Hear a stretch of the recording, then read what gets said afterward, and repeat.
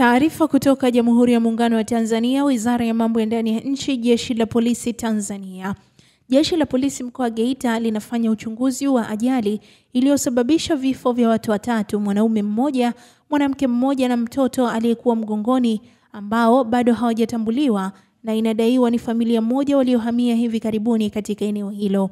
Ajali hiyo imetokea Aprili 2 mwaka huu 2025 saa 2 usiku katika kijiji cha Nyabilele, kata ya Mgaza, katika barabara itokayo Mgaza kwenda Chato, ambapo dereva aliyekuwa akiendesha gari hiyo ambaye hakufahamika alikimbia na gari mara baada ya ajali kutokea.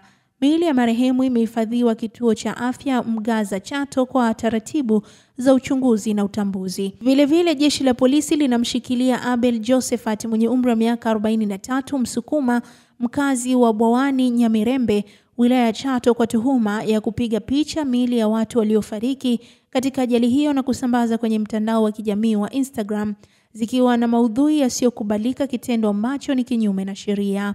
Ajali ya buldoza kugonga nyumba na kusababisha majeruhi. Katika tukio jingine, jeshi la polisi linafanya uchunguzi wa tukio la ajali iliyosababisha buldoza lenye namba ya BGC BD 002 mali ya mgodi wa Bikrif uliopo wilaya ya Geita kusababisha majeruhi ya watu 4 na uharibifu wa nyumba 3 na nguzo moja ya umeme. Tukio hili limetokea Aprili 3 mwaka huu 2025 saa 2 usiku katika kitongoji cha Isangilo, kata ya Luamgasa, wilaya ya Geita.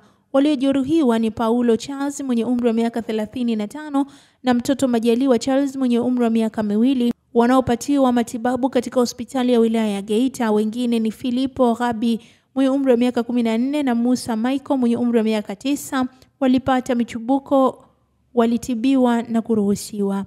Inadaiwa siku hiyo Ramadhani Samson, operator dereva wa mtambo, akiwa kazini na mtambo huo, alibainika kuiba mafuta kutoka kwenye tanki la mtambo huo kwa kushirikiana na watuhumiwa wengine, na kati yao wawili wamekamatwa. Majina yamehifadhiwa.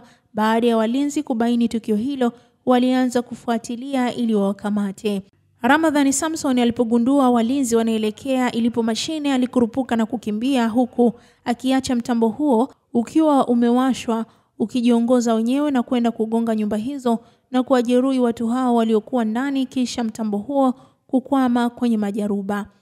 Uchunguzi wa matukio haya unaendelea kufanyika. Jeshi la polisi linawataka operator, dereva na mmiliki wa gari hilo kujisalimisha mara moja katika kituo chochote cha jeshi la polisi kwa ajili ya hatua za kisheria. Aidha, tunawaomba wananchi kutoa taarifa kwa jeshi la polisi endapo watabaini uwepo wa gari iliyopata ajali katika maeneo hayo.